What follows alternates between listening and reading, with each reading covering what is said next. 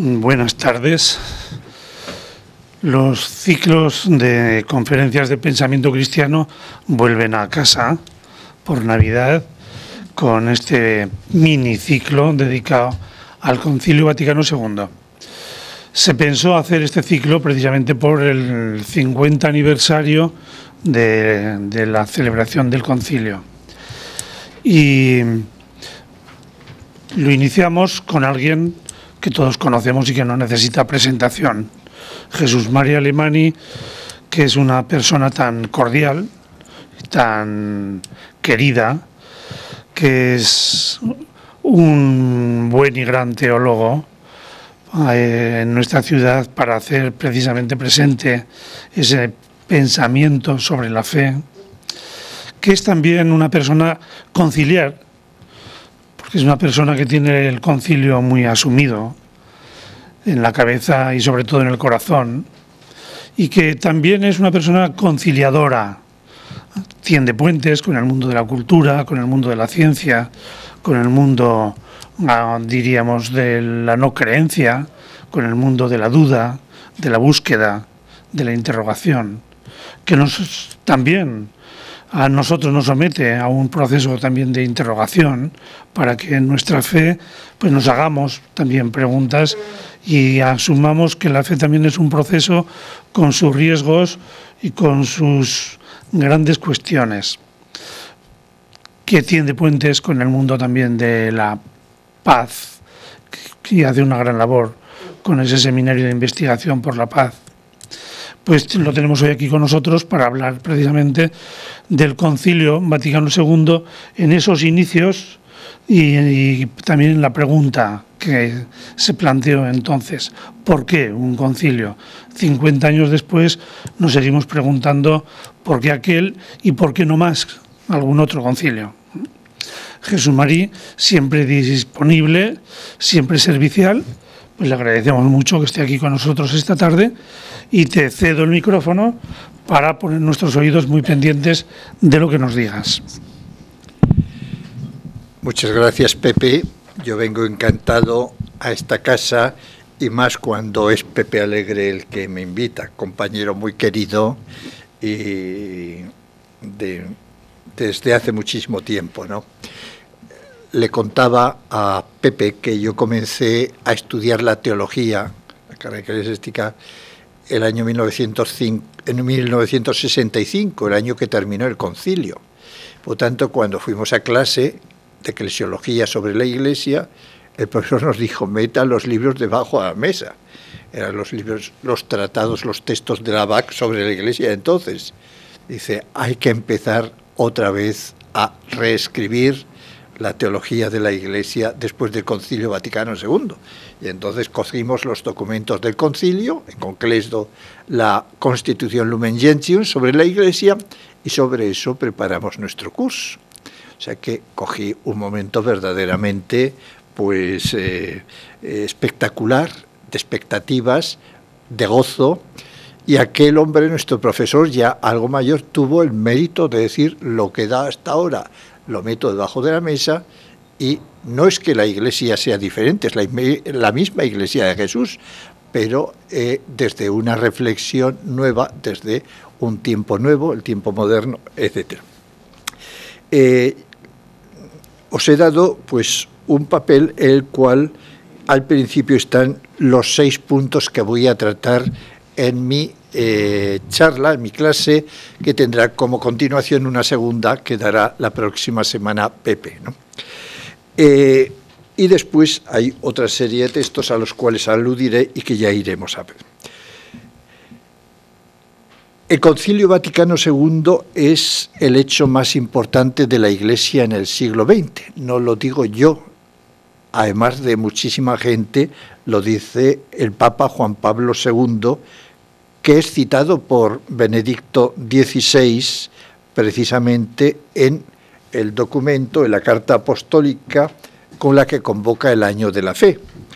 Juan Pablo II decía: siento más que nunca el gran deber de indicar el concilio como la gran gracia de la Iglesia en el siglo XX. Con el concilio se nos ha ofrecido una brújula segura para orientarnos en el camino del siglo que comienza.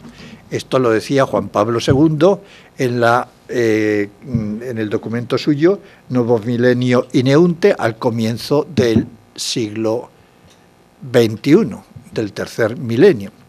Y lo recoge Benedicto XVI.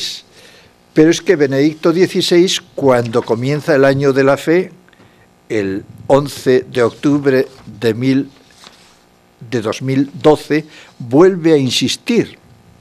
Al hablar del concilio dice: considero que lo más importante, especialmente en una efeméride tan significativa como la actual, es que se reavive en toda la Iglesia aquella tensión positiva, aquel anhelo de volver a anunciar a Cristo al hombre contemporáneo.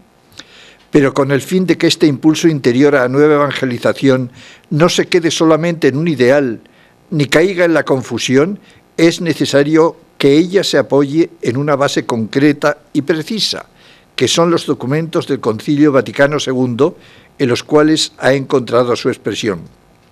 Por eso he insistido repetidamente en la necesidad de regresar, por así decirlo, a la letra, entre comillas, del concilio, es decir, a sus textos, para encontrar también en ellos su auténtico espíritu, y he repetido que la verdadera herencia del Vaticano II se encuentra en ellos.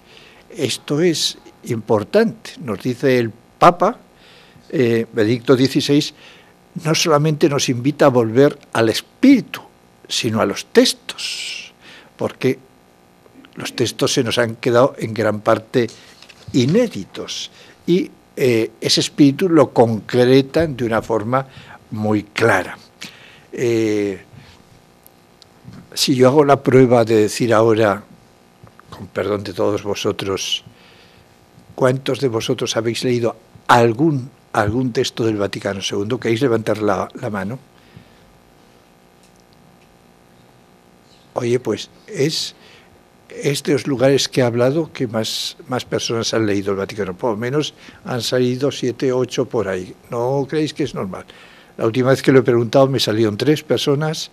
Algún texto, porque todos textos, todos documentos, creo que no los ha leído nadie de aquellos que he hablado. Bueno, por eso el cardenal Echegaray, el mismo año 2001 en que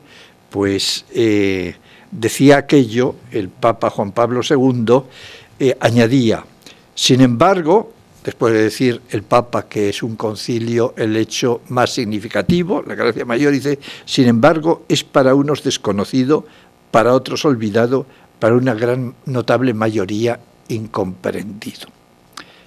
Y es así, es así, es así. Bueno, yo creo que para nosotros sí es una gran gracia de Dios, sí es el hecho más importante del siglo XX.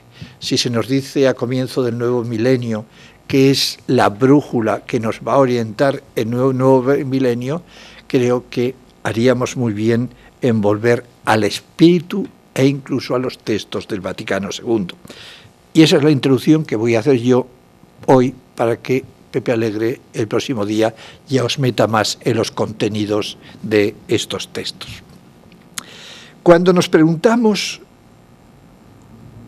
qué es lo que nos impactó, qué es lo que nos impacta del Vaticano II, pues yo creo que aquello que impactó a todo el mundo, lo primero fue la liturgia, la misa, que de repente de hacerla en latín, que seguíamos con unos misales donde estaba la traducción, ¿verdad?, las lecturas, etcétera, de hacerla de espaldas al pueblo, de repente se convirtió en castellano.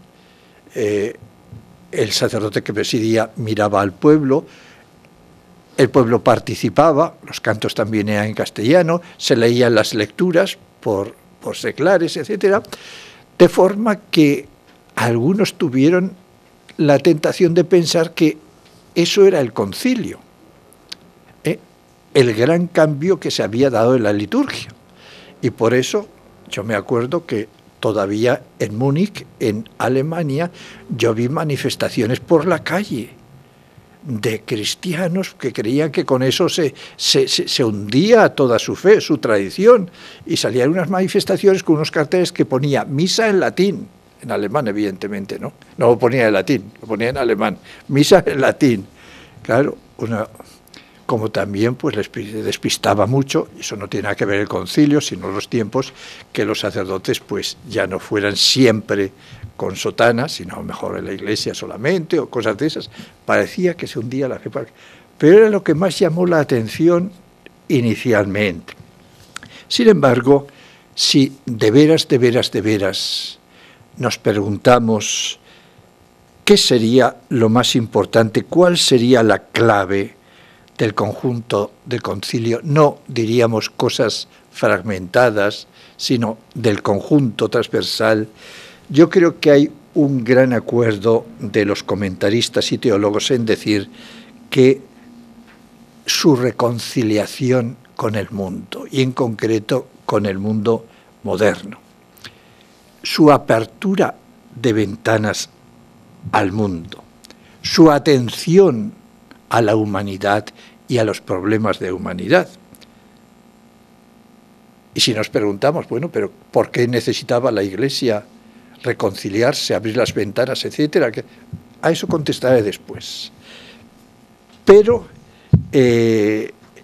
yo os invito ahora vamos a hacer una pequeña cata, a leer dos documentos que no pertenecen al concilio, pero algo así como en una partitura. Hay al principio en qué clave está puesta la partitura, y sin esa clave no vamos a entender la partitura. También en el concilio hay un discurso, el de Juan 23, al comienzo, y otro al final de Pablo VI, que nos dan la clave del concilio. Si dais la vuelta a la hoja, en la página siguiente, he copiado de un discurso que os recomiendo a todos. Precisamente hace poco hablaba con Pepe de la importancia que tiene y él quería incluso pues darlo entero a todos. Dado que no tenemos tiempo, voy a detenerme en recordar algunos párrafos importantes. El primer lugar es la sencillez con que Juan 23, a los 3 meses, 4 meses, pocos meses de ser Papa, de repente tiene internamente la inspiración muy sencilla, de la necesidad de convocar un concilio. Y obedece esa voz interior. Es decir, no es que sea una cosa súper estudiada por todos, no. Es que en la Semana por la Unidad de las Iglesias, en San Pablo Extramuros, de repente, pues anuncia la convocatoria un concilio. Y él, cuando realmente se abre el concilio, en ese discurso inaugural, que se titula, ya sabéis que se titula con las primeras palabras en latín de cada documento, Gaudet Mater Ecclesia, se alegra la Madre Iglesia, dice: por lo que se refiere a la iniciativa del gran acontecimiento que hoy nos tiene aquí congregados, baste a simple título de orientación histórica revelar una vez más nuestro humilde testimonio personal de aquel primer momento en que de improviso brotó en nuestro corazón y en nuestros labios la simple palabra concilio ecuménico. De repente se encontró con esa palabra en sus labios. Un toque inesperado, un haz de luz de lo alto, una gran suavidad en los ojos y en el corazón, pero al mismo tiempo un fervor, un gran fervor que con sorpresa se despertó en todo el mundo en espera de la celebración del concilio. Decía aquí el Papa. Bueno, pero a pesar de esa inspiración del concilio, ¿era oportuno? El Papa, pues, para hablar de la oportunidad del concilio, habla del talante que necesitaba la Iglesia en los tiempos modernos y que no siempre había tenido. En el cotidiano, todo esto son textos sacados entre corchetes, tenéis de qué número del documento. En el cotidiano ejercicio de nuestro ministerio pastoral llegan a veces a nuestros oídos, hiriéndolos, ciertas insinuaciones de almas que, aunque con celo ardiente, carecen del sentido de la discreción y de la medida. El Papa habla con sencillez, pero bien claro. Tales son quienes en los tiempos modernos no ven otra cosa que prevaricación y ruina. Van diciendo que nuestra hora, en comparación con las pasadas, ha empeorado, y así se comportan como quienes nada tienen que aprender de la historia. ¡Qué mal estamos! Antes, y que esto era no sé qué, eso de cuánto, entonces los santos... Tal. El Papa dice que en los tiempos modernos no ven otra cosa que prevaricación y ruina. Mas nos parece necesario decir que disentimos de estos profetas de calamidades que siempre están anunciando infaustos sucesos como si fuere inminente el final de los tiempos. Profetas de calamidades, que no ven más que cosas malas, que parece que está llegando el fin del mundo, etc. Pero veis, entonces el Papa dice, no, ese no es el talante del concilio, no es para anunciar infaustos sucesos. ¿Cuál es la tarea del concilio?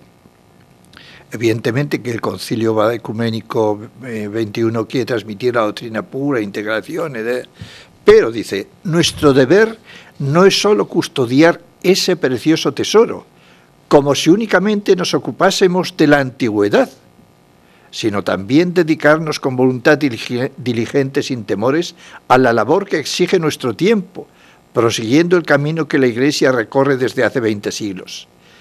Si la tarea principal del concilio fuera discutir uno u otro de la doctrina, artículo de la doctrina fundamental de la Iglesia, repitiendo con mayor difusión la enseñanza de los padres y teólogos antiguos y modernos, que suponemos conocéis y que tenéis presente en vuestro espíritu, para eso no era necesario un concilio, para repetir lo que ya se ha dicho.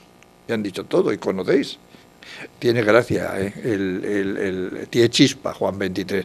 Para eso no era necesario un concilio, ¿no?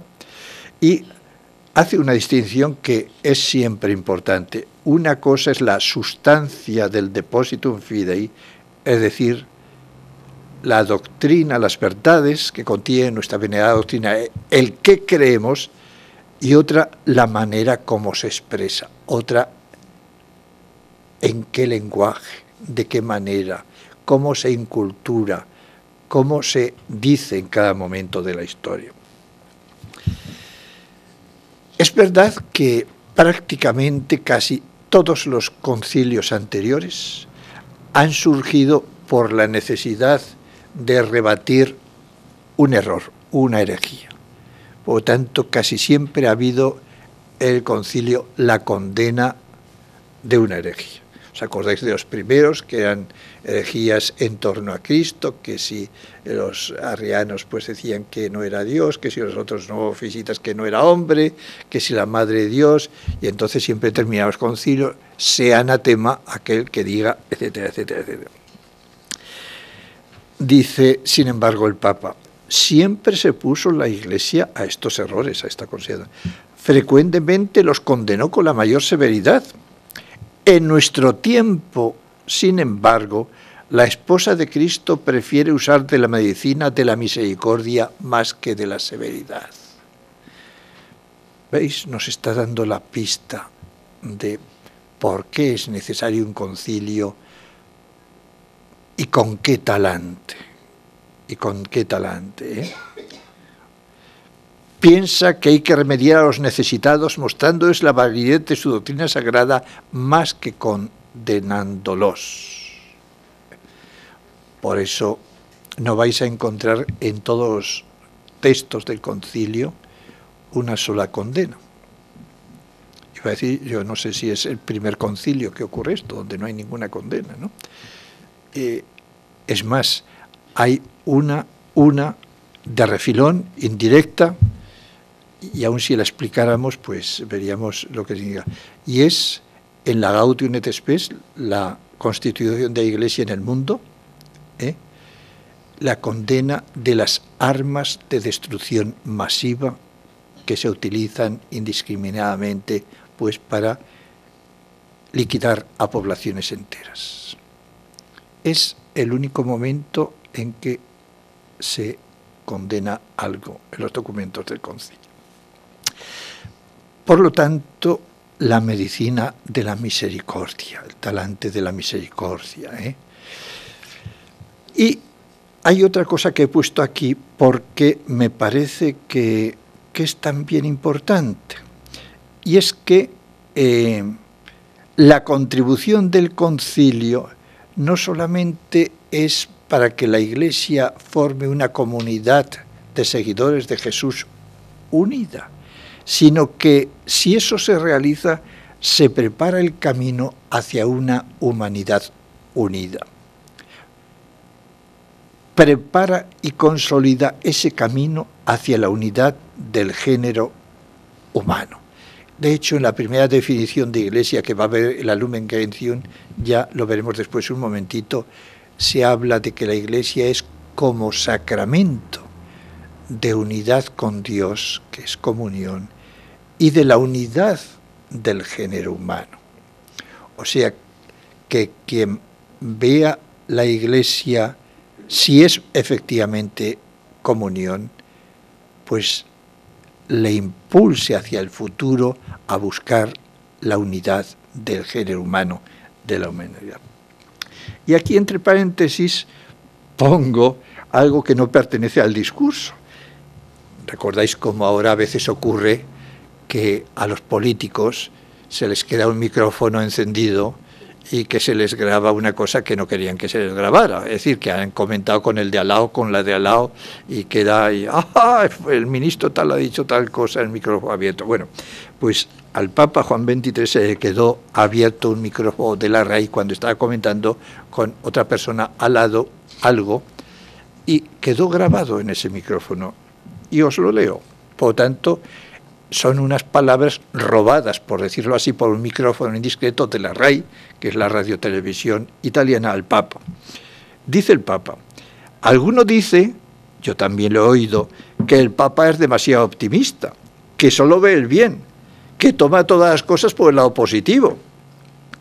Pero yo no puedo sino seguir, a mi modo naturalmente, a nuestro Señor, el cual no hizo más que infundir en torno a sí el bien, la alegría, la paz, el buen ánimo. Yo creo que estas palabras son magníficas y retratan perfectamente lo que era el Papa. Algunos dicen, porque esto es lo que se ha dicho de Juan XXIII, este es un optimista, este es demasiado bueno, este no sabe lo que es el mundo, no sabe lo que es el pecado, no sabe lo que es el mal y tal. Y le dice, yo no hago más que seguir a mi modo a nuestro Señor, que no hizo más que infundir en torno a sí el bien, la alegría, la paz, el buen ánimo. Yo creo que estuvo muy bien que se le grabaran estas palabras al Papa, porque nos dan una clave, una pista de el talante con que iniciar. Bien, esto algunos párrafos elegidos del discurso de Juan XXIII, que podéis leer entero, por supuesto. Pero en la clausura del Concilio Vaticano II también, pensando el día de día anterior, Inmaculada, se clausuró el día Inmaculada, el discurso del Papa del 7 de diciembre del 65, algunos que estaban descontentos, como siempre pasa con el concilio, pues no dentro del concilio, fuera del concilio evidentemente, pues le acusaban de haber sido poco religioso. Es decir, haber hablado más del hombre que de Dios, haber sido más humano, entre comillas, que religioso. Y el Papa, Pablo VI, como sabéis, entre la primera y la segunda sesión murió Juan XXIII, el año 63, y le sucedió Pablo VI, pues el Papa, solamente saco estos dos parrafitos, se pregunta si realmente ha dado gloria a Dios el concilio. ¿Y de qué manera ha dado gloria a Dios? Dice, ¿podemos decir que hemos dado gloria a Dios? Se pregunta, ¿no? Que hemos buscado su conocimiento y amor, que hemos progresado en el esfuerzo de su contemplación, en el ansia de su celebración y en el arte de darlo a conocer a los hombres que nos miran como pastores y maestros en los caminos del Señor. Y se responde, nos creemos ingenuamente que sí. Dice, yo creo ingenuamente que sí, que hemos dado gloria a Dios. Pero ¿cómo se ha dado gloria a Dios? Y este es otro resumen importante del concilio. Toda esta riqueza doctrinal se vuelca en una única dirección, servir al hombre en todas sus condiciones, en todas sus debilidades, en todas sus necesidades. La Iglesia se ha declarado casi la sirvienta de la humanidad, precisamente en el momento en que tanto su magisterio eclesiástico como su gobierno pastoral han adquirido un mayor esplendor y vigor debido a la solemnidad conciliar. La idea del servicio ha ocupado un puesto central. Precisamente el momento cumbre del magisterio eclesiástico, más solemne, que es un concilio, precisamente ahí es donde la Iglesia se ha declarado al servicio de la humanidad. Y esa ha sido la forma peculiar y concreta de dar gloria a Dios. Es muy interesante esta clave, es muy interesante esta clave. Entonces, ahí tenéis una pequeña insinuación sobre dos puntos que nos ponen en la pista de aquello que constituye el espíritu del concilio. Ahora bien, ¿qué lógica se ha seguido? Claro, cuando la Iglesia abre las ventanas al mundo contemporáneo e intenta ponerse al servicio de la humanidad, como nos dice Pablo VI, se encuentra con enormes problemas. Pues que si la guerra y la paz, que si el hambre y la pobreza, que si enfermedades como el SIDA, que si desigualdades, que si falta, diríamos, pues de tantas cosas. Entonces, la Iglesia lo primero que se pregunta es, ¿qué puedo aportar yo a esta humanidad, a este mundo? Eso es lo primero que se preguntaba la Iglesia camino del concilio. ¿Qué puedo aportar a la Iglesia? Porque está viendo, ahora ahí está viendo el mundo, ya no está mirando hacia adentro, como había ocurrido a veces en siglos anteriores, diciendo el mundo, profetas de desgracia, el mundo, sino está viendo. Pero claro, entonces necesariamente tiene que hacerse otra pregunta. ¿Desde dónde puedo yo aportar algo al mundo? Porque el mundo contemporáneo ya no le va a permitir a la Iglesia que lo aporte desde el lugar que ocupaba en otros tiempos, cuando era un imperio religioso junto a otro imperio secular, cuando era una espada religiosa junto a otra espada religiosa, cuando hablaba desde el poder. ¿Desde dónde? ¿Desde cuál es el lugar de la Iglesia? Pero claro, para responderse a esa pregunta, la Iglesia termina preguntándose, bueno, entonces, ¿quién soy yo misma? Es decir, ¿cómo debe comprenderse la Iglesia a sí misma? Por tanto, no es que comience la Iglesia a preguntarse por su identidad, sino que llega ahí cuando al abrir esas ventanas a la humanidad e intentar servirle, se tiene que preguntar, ¿qué puedo aportar? ¿Desde dónde? Y eso solamente es posible desde una comprensión determinada de la Iglesia. ¿Cuál es esa comprensión? Y esto es lo que se convierte en el tema central del Vaticano II. Tema central que va a ser tratado en la Constitución sobre la Iglesia Lumen Gentium. Y de hecho, la evolución en, diríamos, el cambio de esquemas en las redacciones de esta Constitución va a dar pistas, no lo vamos a tratar hoy, pero va a dar pistas para ver la evolución de todo en el Vaticano II. Conforme se vaya evolucionando en esta Constitución, se va a ir evolucionando en otros temas el Concilio Vaticano II.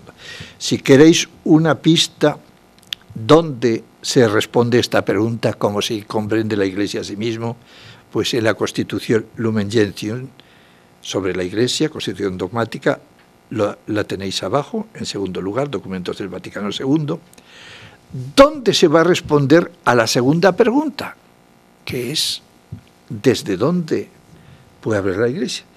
pues se va a responder en la primera parte de la Constitución Pastoral Gaudium et Spes sobre la Iglesia del mundo actual, que ya tenéis al final de esta Constitución. ¿Y dónde se va a responder a qué puede aportar la Iglesia al mundo de hoy? En la segunda parte de este documento, Gaudium et Spes, donde se habla de la familia, de la cultura, de la economía, del mundo laboral, de la paz y la guerra, de las relaciones internacionales. ¿Qué puede aportar la Iglesia en todos estos temas? De forma que, veis, el proceso ha sido el diferente al sistemático que empieza desde lo primero y sigue lo segundo. Aquí se ha terminado dando con la clave después de abrir esas ventanas al mundo. Pero eso nos lleva al tercer punto que iba a tratar aquí, y es a preguntar, pero bueno, ¿por qué la Iglesia tiene que abrirse al mundo moderno? ¿Por qué tiene que reconciliarse? ¿Qué ha ocurrido? Si la Iglesia es siempre la misma. ¿Es la Iglesia de Jesús o no es la Iglesia de Jesús? Pues sí, es siempre la Iglesia de Jesús. Pero sin embargo, la Iglesia de Jesús está en la historia cambiante de la humanidad. Dice un gran historiador de la Iglesia, Manolo Sotomayor, profesor de Historia de la Iglesia en Granada, ya jubilado, no sé si vive todavía, pero dice, la historia aplicada como moderna disciplina científica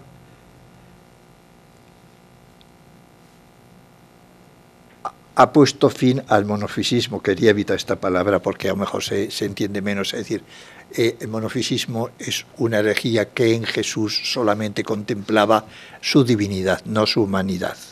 Pues en la Iglesia a veces ha habido algo parecido. Se ha contemplado solamente como si no fuera humana, ¿no? Ha puesto fin a esa contemplación que olvidaba el carácter humano de todos y cada uno de los componentes de la comunidad cristiana y situaba a esta por encima de los avatares históricos, como si la Iglesia contemplara el fluir de la historia desde fuera de ella. O sea, la Iglesia está en una atalaya inmóvil y la historia está ahí abajo, pero no afecta a la Iglesia. No es verdad. La Iglesia, aunque sea la Iglesia de Jesús, está en la historia. Fijaos que el último documento nos dice Constitución Pastoral Gaudium et Spes sobre la Iglesia junto al mundo actual o frente al mundo actual, o se dice Iglesia en el mundo actual. La Iglesia forma parte de esa historia. Por lo tanto, la historicidad, la historia, los cambios de la historia afectan a la Iglesia. Y eso es lo que cambia. ¿Qué es lo que es idéntico? El que está llamada a ser Iglesia de Jesús. Esa es su vocación. Es idéntico en todos los siglos. Pero no es idéntico la historia en que esa Iglesia es Iglesia de Jesús. Eso va cambiando. Y si no queremos cambiar eso, la historia evolucionará y las nuevas generaciones no entenderán, o al revés, sean incapaces de asumir lo que la Iglesia les traduce en esquemas culturales históricos del pasado. Por lo tanto, ¿por qué el concilio? Porque la Iglesia, a pesar de ser idéntica como Iglesia de Jesús a lo largo de todos los siglos, no ha reconocido a veces su carácter histórico y ha mantenido esquemas y modelos que pertenecían a otros tiempos. Y por eso, fijaos dos textos muy significativos. Uno de la Constitución Lumen Gentium, número 48, cuando pone el eje, es la Constitución sobre la Iglesia. La Iglesia peregrina lleva en sus sacramentos e instituciones que pertenecen a este tiempo la imagen de este mundo que pasa. Lleva en sus mensajes, en sus sacramentos y en sus instituciones que pertenecen a este tiempo, a esta historia, la imagen de este mundo que pasa. Por tanto, esas cosas pasan también. Y por eso dice en otro documento sobre unidad de los cristianos, la Iglesia peregrina en este mundo es llamada por Cristo a esta perenne reforma de la que ella, en cuanto a institución terrena y humana, necesita permanentemente. La Iglesia no está fuera de la historia, está en la historia. Y por lo tanto necesita permanentemente en su camino reformarse para ser fiel a esa vocación de Iglesia de Jesús. Son dos textos muy importantes del Concilio Vaticano II. Os voy a poner dos ejemplos muy simples, muy sencillos, sobre cómo influye pues, la historia pues, en el mensaje de la Iglesia de eso. El Concilio de Elvira, en Granada, siglo IV, me parece que fue cosa así. A ver si creo que tengo aquí el texto, porque algunos textos sí. A ver si lo encuentro. Sí. Los obispos reunidos en el Concilio de Granada, Elvira, a principios del siglo IV, estaban lógicamente preocupados porque algunos cristianos encendían cirios en los cementerios durante el día, lo cual pensaban que perturbaba a los difuntos allí sepultados. Por eso el Canon 34 del Concilio de Elvira dice: no deben encenderse cirios en los cementerios durante el día, porque no se ha de inquietar a los espíritus de los santos difuntos. Los que no observen esto sean excluidos de la Iglesia. Por lo tanto, son excluidos de la Iglesia del siglo IV los que encienden cirios y molestan a los difuntos. Claro, ¿esto pertenece a la Iglesia de Jesús? Pues evidentemente que no. Pertenece a la cultura ibérica que había en Andalucía en aquel momento, cultura pagana, ¿no?, que tenía sus tradiciones y sus cosas. ¿Esto a que no habíais oído nunca? No, pues porque en este momento, sin esto, somos perfectamente Iglesia de Jesús. No es necesario. ¿Qué es esto muestra? De que la Iglesia es histórica y que en aquel tiempo... Pero no nos vayamos tan lejos. Tenemos un profesor de moral que igual me echa una esto. Pero el Papa San Pío V, San Pío V, en el siglo XVI, en su bula Supra Gregem, de 8 de marzo de 1576, os lo resumo lo que dice. Dice que cuando un enfermo llame a un médico porque está enfermo y que le cure, que le pregunte el médico si se ha confesado. Y si no se ha confesado, que le dé 3 días de plazo para confesarse, antes de atenderle. Y si no se confiesa, no puede atenderle. Y si le atiende, se ha expulsado del colegio de médicos. Si alguno, vamos a ver, si alguno de los médicos no observa estas cosas, además de las penas que se contienen en la Constitución, en las cuales declaramos que incurren, sean perpetuamente considerados como infames y sean privados del grado de medicina, expulsados del colegio, etc. ¿Esto pertenece a la Iglesia de Jesús? Evidentemente que no. Pertenece a una situación en que todavía se pensaba, como en parte del Antiguo Testamento, etcétera, que pecado y enfermedad estaban muy cerca, que la enfermedad o que el pecado era causa de la enfermedad y por lo tanto, pues que las dos cosas había que atacarlas juntamente. Vuelvo a lo mismo y me paso ya con esto para no cansaros, pero estoy intentando mostrar con ejemplos que son un tanto curiosos, pintorescos, cosas que podríamos hacer con muchas otras cosas. Es decir, que una cosa es el que la Iglesia sea Iglesia de Jesús y otra cosa es cómo lo es con arreglo a veces a esquemas que, como nos decía la Constitución Lumen Gentium, pertenecen a este tiempo que pasa y por lo tanto necesitan ser repensados, acomodados y esto. ¿Por qué la Iglesia en el Vaticano II necesitamos el concilio para reconciliarlos con el mundo? La solución dentro de unos momentos. Pero antes de responder a esa pregunta, pues vamos a ver una cosilla que resulta curiosa. A ver si encuentro mi papel. Aquí.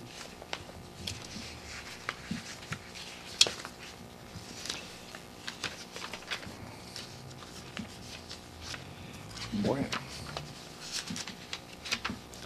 Pues me parece que no lo tengo, que me lo he dejado, como no sea que lo he dejado por aquí. Es que como son fechas no quiero yo pecar de...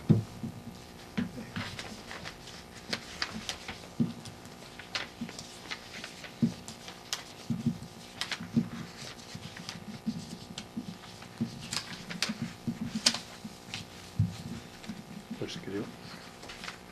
Sí, bueno, ya está.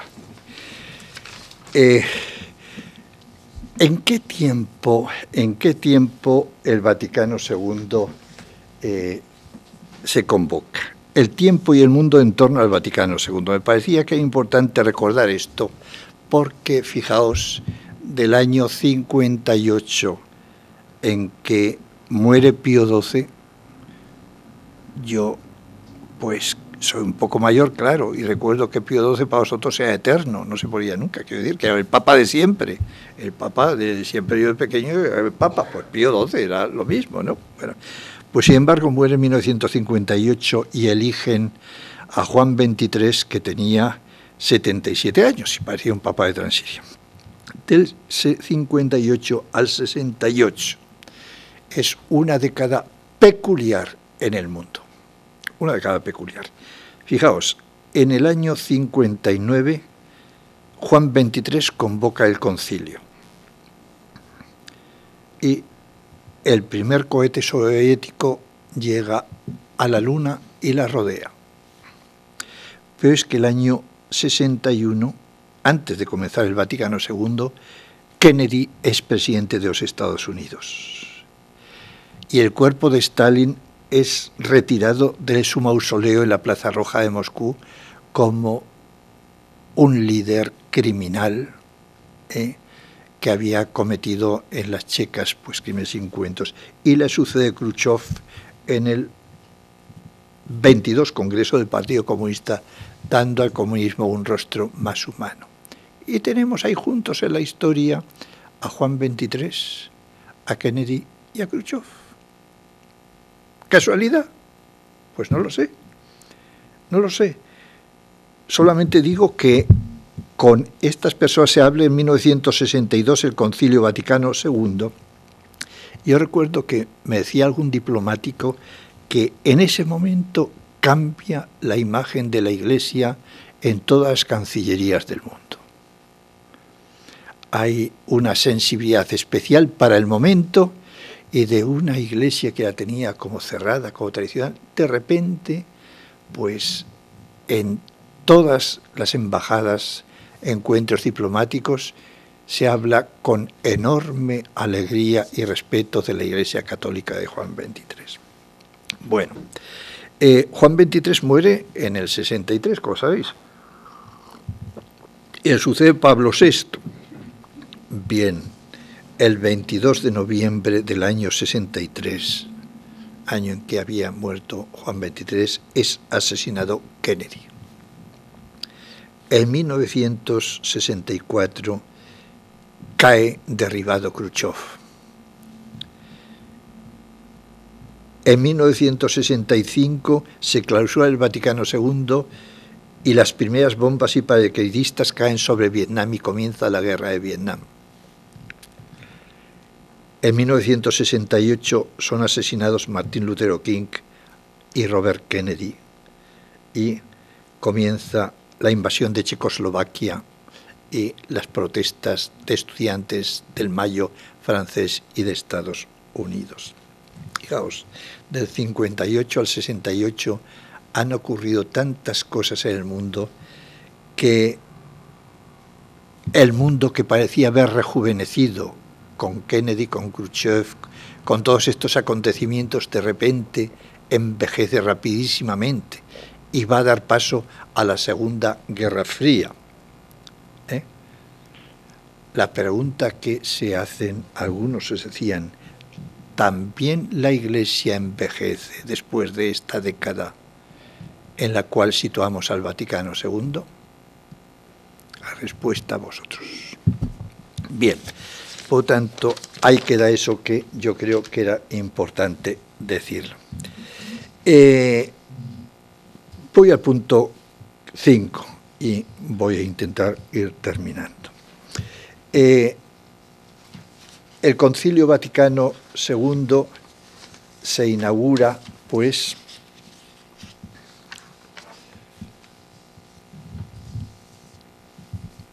se convoca en el 59, se inaugura en el 62, pero antes se han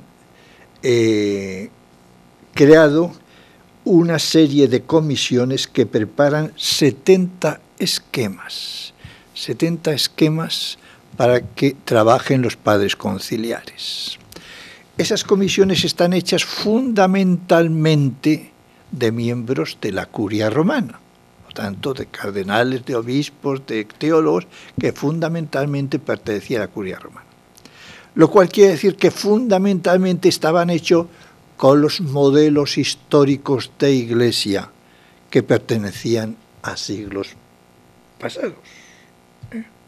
Con lo cual se encuentran que los padres conciliares que vienen al concilio, llamados por Juan XXIII, para abrir las ventanas de la Iglesia a un nuevo tiempo, se encuentran con los esquemas que responden a un tiempo anterior.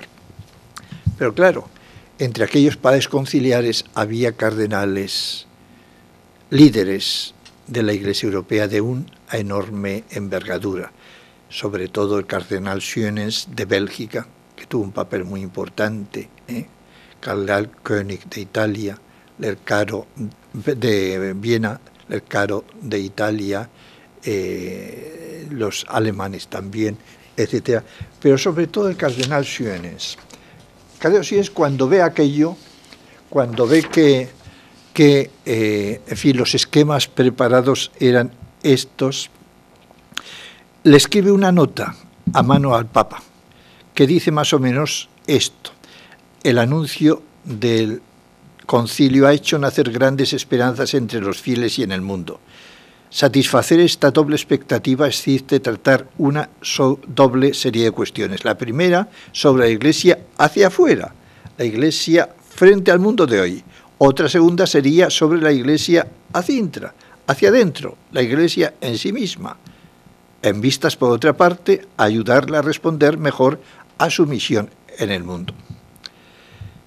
Permítame decir, Santo Padre, con toda franqueza filial, que las 8/10 partes de los esquemas en su forma actual no pueden ser materia de este concilio.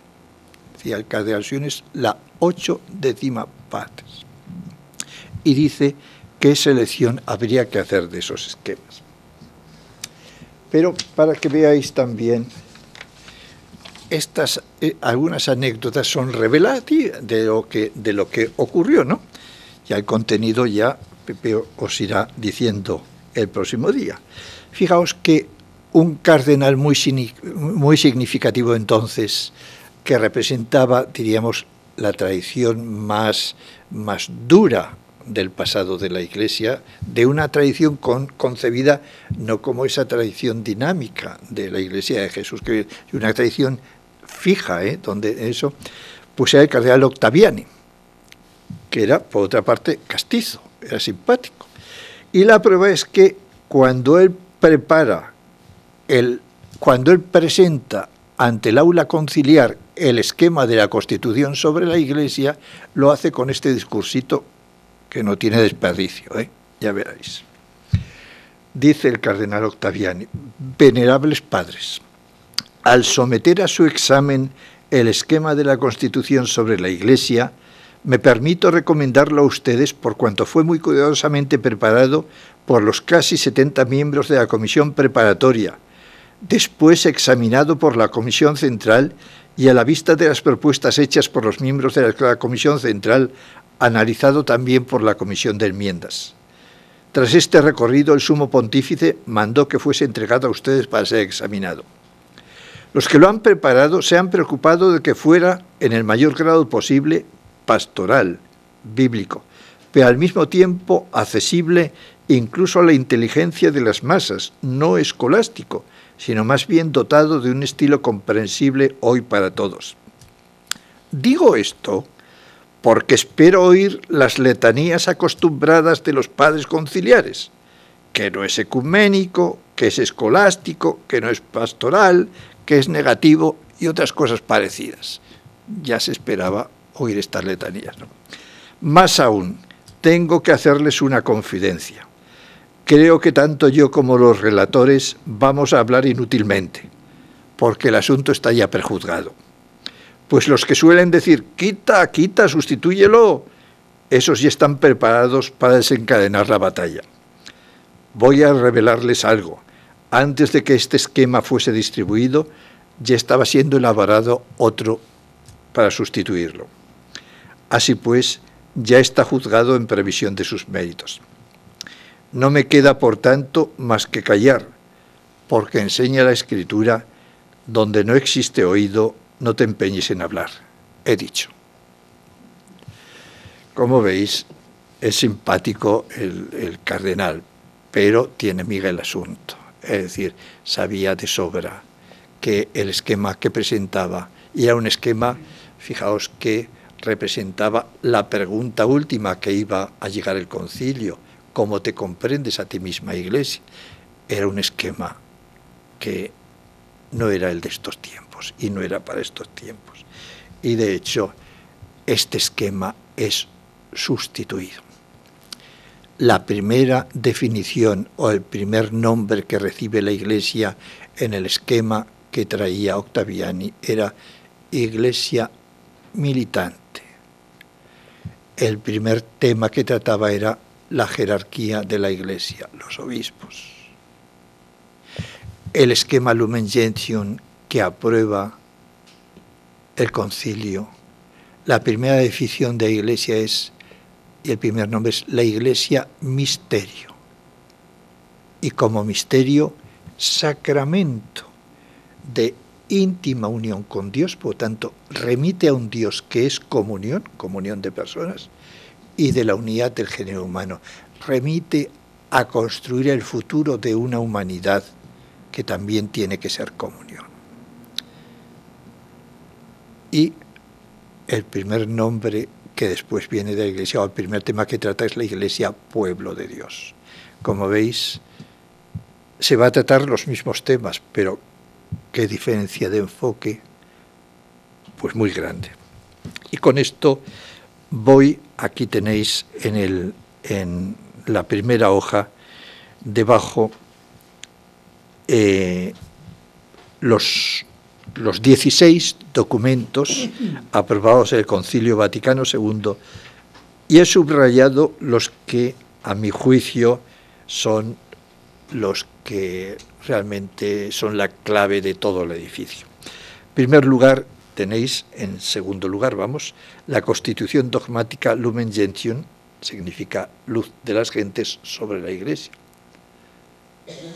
Pero fijaos, luz de las gentes no es la Iglesia, eso ya lo veis. Luz de las gentes es Jesús, Cristo.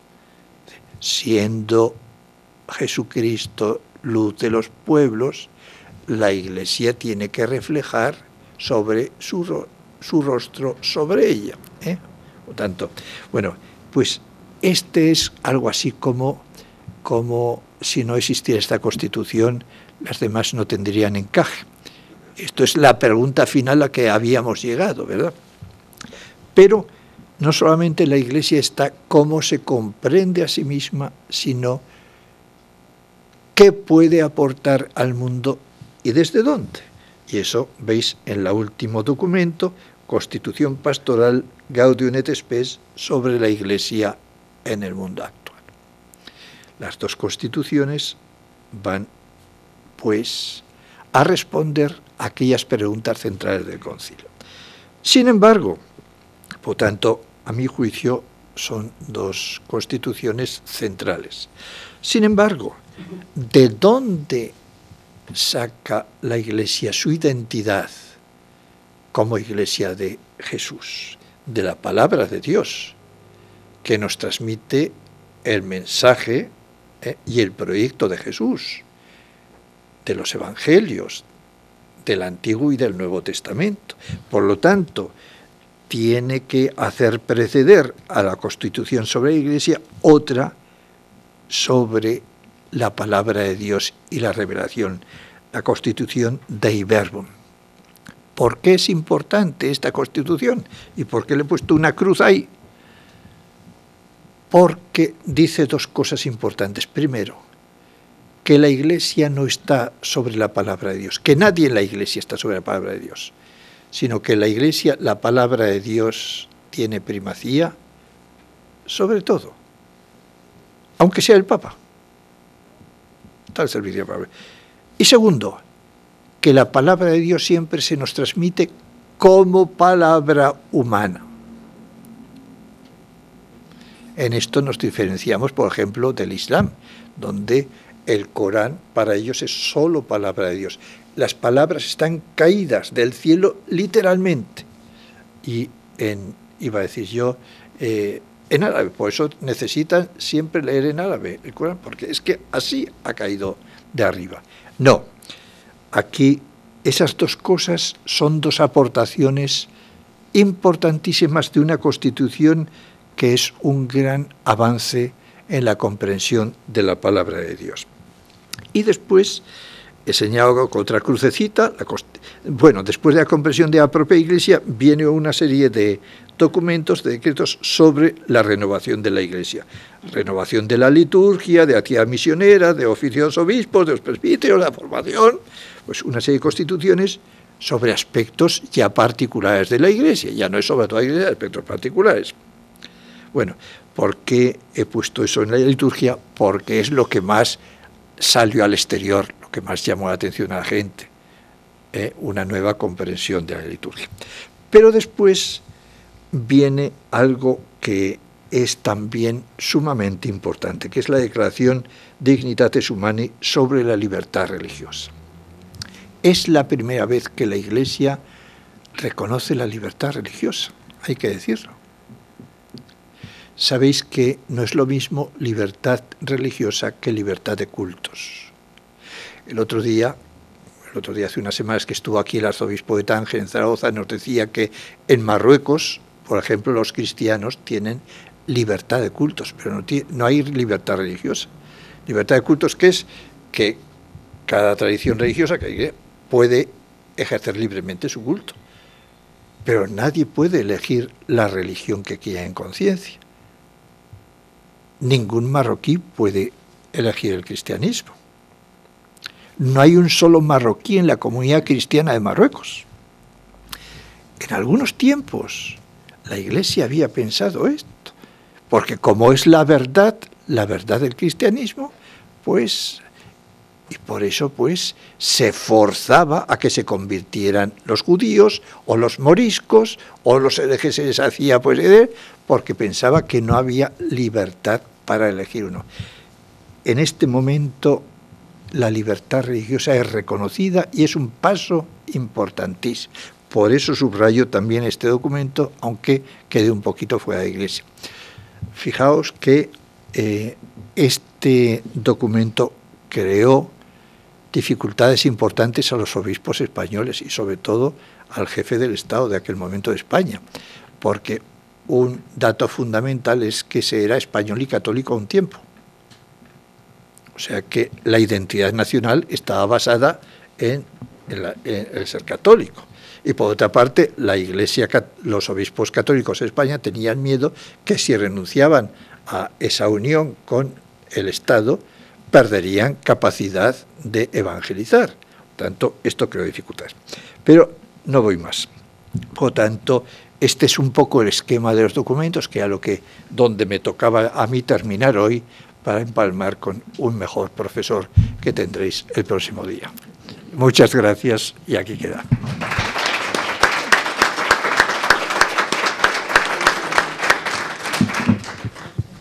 Si queréis preguntar alguna cosa, a ver. Tenemos un micro inalámbrico que podemos pasar por si alguien quiere hacer alguna pregunta o algún comentario.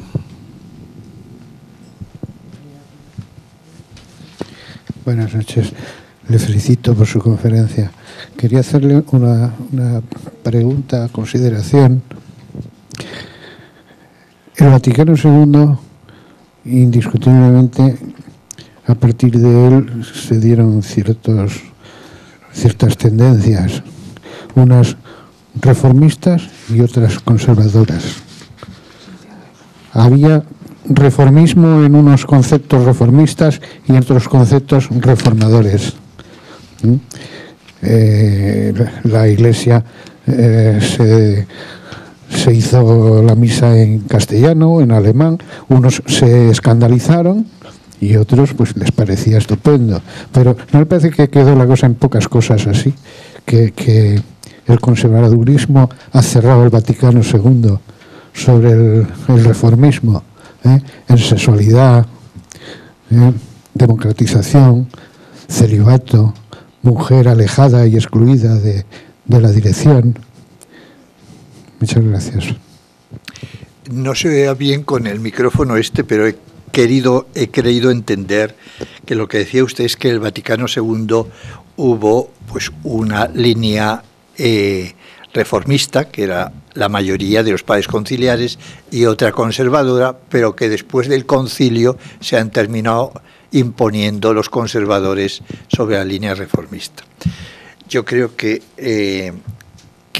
ciertamente da la impresión de que con el paso de los años ha habido una interpretación minimalista del concilio y que por el estilo del concilio, de buscar la comunión, de buscar ese talante de que hablábamos, en los documentos del concilio, aunque mayoritariamente van en la línea que decía yo, sin embargo, bueno, pues hay textos y hay cuestiones donde se puede ver una interpretación más conservadora.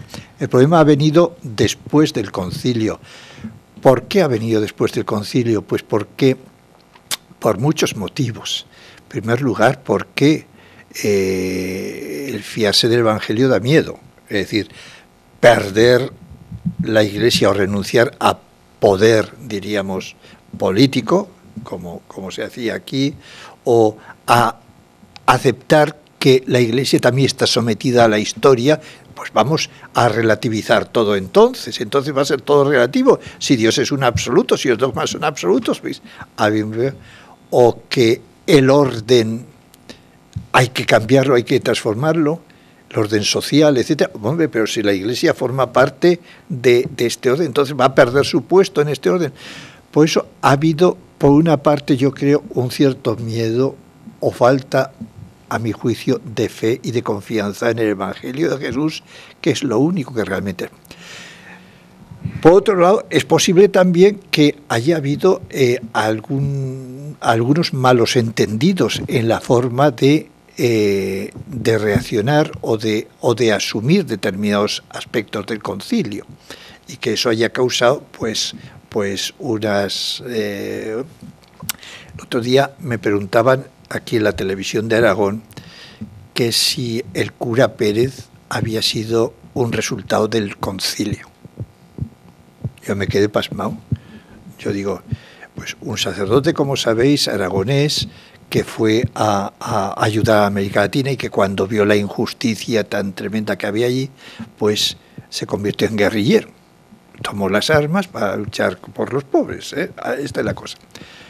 Yo dije, por favor, esto es lo que dicen algunos que no entienden el concilio. Es decir, que se esté al lado de los pobres Eso evidentemente que procede de cuando abrimos las ventanas al mundo y nos encontramos en injusticia. Que eso se haga con las armas, ni lo dice el concilio, ni lo dirá. Por tanto, es una interpretación de una... Si hay una serie de cuestiones, por ejemplo, que causan preocupación o problemas y que son tomadas para poner en solfa, dice, esto se deduce del concilio y esto no es cristiano, pues ha podido haber cosas de estas, ha podido haber también, iba a decir, excesos de sentido, pero son los menos, yo creo que son los menos. Entonces, mi respuesta es que uno de los motivos para que ahora recobremos el espíritu y la letra del concilio es precisamente esto, que por aquello que dije pasada la década prodigiosa, hay un cierto invierno en el mundo y un cierto invierno también en la Iglesia, para que dejemos una interpretación minimalista del concilio y volvamos a él, diríamos, en plenitud. Algunos decían, bueno, pues es que es necesario un concilio Vaticano III. Yo me conformaría en estos momentos con que se arraigara profundamente el espíritu y la letra del Vaticano II. No es que excluya al otro, pero sería suficiente. Entonces, lo que usted ha preguntado, yo respondo, sí, es posible que haya habido una interpretación muy minimalista de algunas de las cosas que el concilio pues realmente pues nos dijo.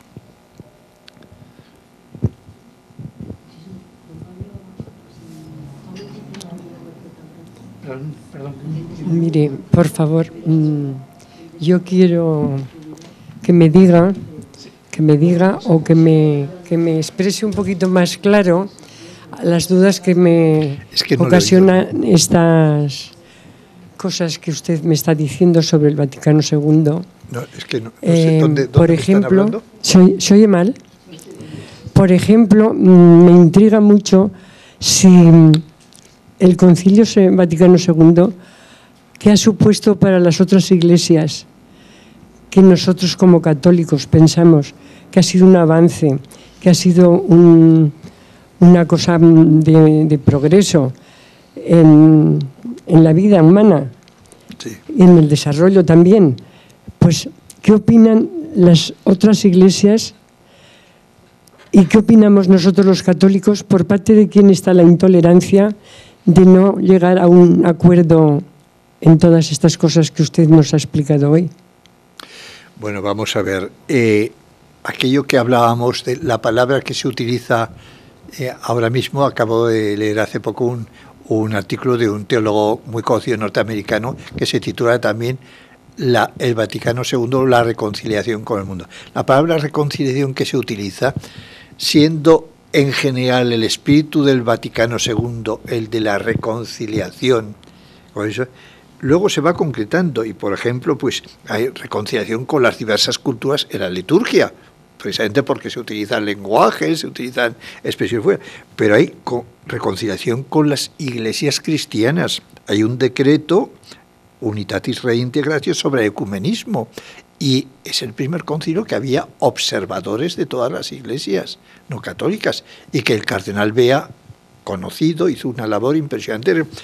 Hay una reconciliación con otras religiones no cristianas, y hay una declaración aquí, y en la Constitución sobre la Iglesia se habla no solamente de que se salven todos aquellos que tienen buena voluntad, como decíamos en tiempos, y no podemos decir de otra forma, porque Dios no quiere que nadie se deje de salvarse, sino que hay otras religiones que tienen elementos valiosos. Ya no se habla de personas de buena voluntad, sino de elementos valiosos de las mismas religiones. Bueno, por lo tanto, esa reconciliación se aplica a muchas cosas, y entre ellas, ya digo, al campo de la Iglesia cristiana. Evidentemente que la unidad plena no viene de la noche a la mañana por decreto, no viene en una familia, o sea que menos entre esto, pero que el espíritu sí que era espíritu, diríamos, nuevo, que había un cambio, y que en concreto en la forma de ver a otras religiones y a otras iglesias hubo un cambio notable, eso es cierto. Después comenzaron se comenzaron pues diálogos, se comenzaron tal, y ha habido momentos en que eso se ha detenido más, ha habido momentos en que se ha acelerado y bueno, pues ahí estamos. Es decir que en este momento hay diálogos, hay conversaciones, pero yo creo que este mundo globalizado, antes que los diálogos y conversaciones teológicas, tenemos que ser conscientes de que en la escalera de al lado tenemos un musulmán y en el barrio tenemos pues qué sé yo, un budista, y que por lo tanto el diálogo de la vida, el vivir juntos, el conocernos e estimarnos es algo previo y que nos afecta a todos, previo a cualquier diálogo que podamos tener religioso. ¿Por qué? Porque si empezamos por no conocernos, no mirarnos o pensar mal unos de otros, el diálogo teológico no dice nada, ¿no?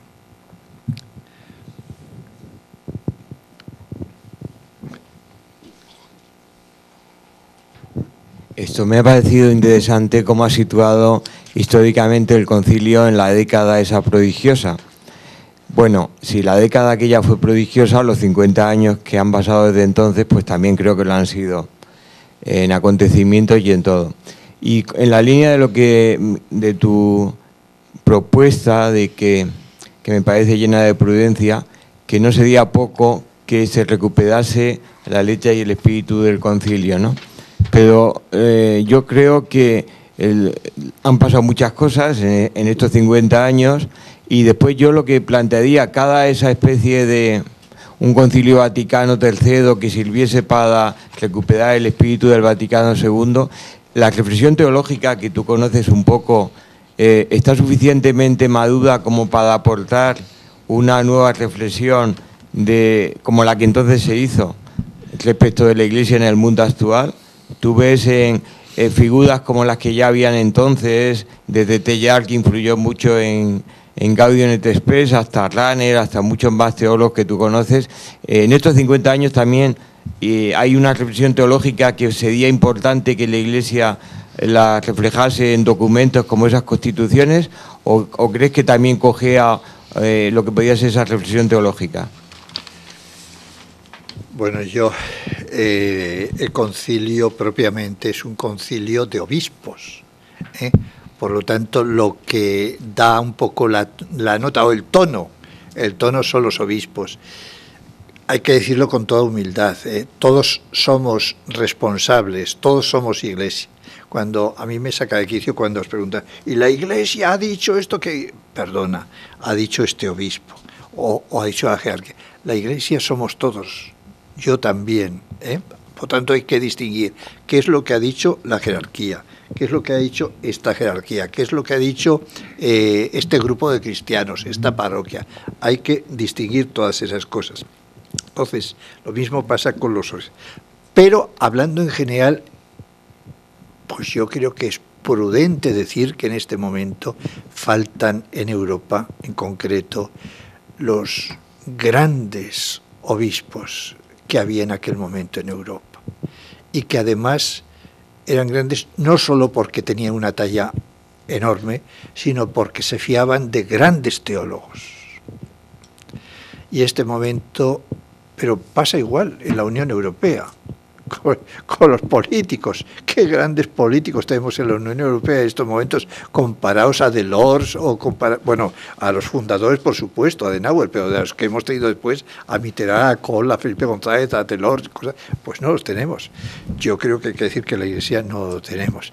Y cuando no los tenemos así, estos momentos, eso no quiere decir que no haya gente muy valiosa, ¿no?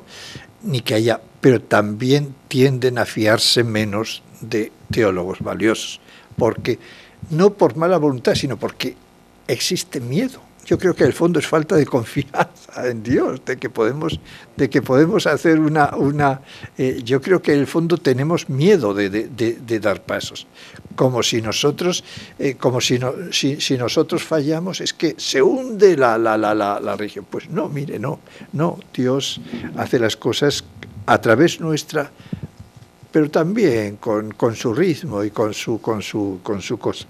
Por tanto, a lo que tú me preguntas, esto es absolutamente opinable, pero yo no encuentro en este momento tales personalidades de relieve en el episcopado europeo. Pero hay que decir otra cosa también. Recordemos que el Vaticano II, a pesar de todo, no dejó de ser un concilio occidental.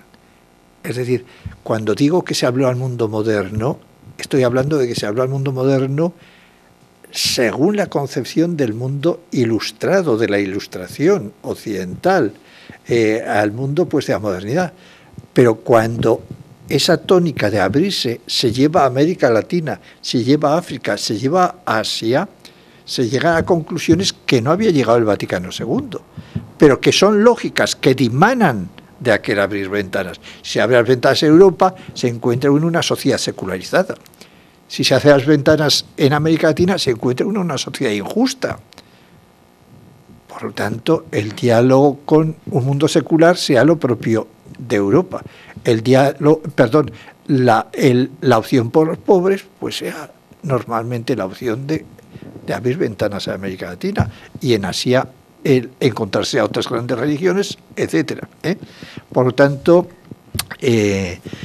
yo creo que sí, que han cambiado los tiempos y que por lo tanto pues influyen, las personas influyen todo, pero iba a decir yo que la confianza de que, en fin, que Dios, o que el Espíritu, digamos, Dios en nosotros, pues pueda seguirla guiando a la Iglesia. Eso es lo que nos mueve para ir adelante.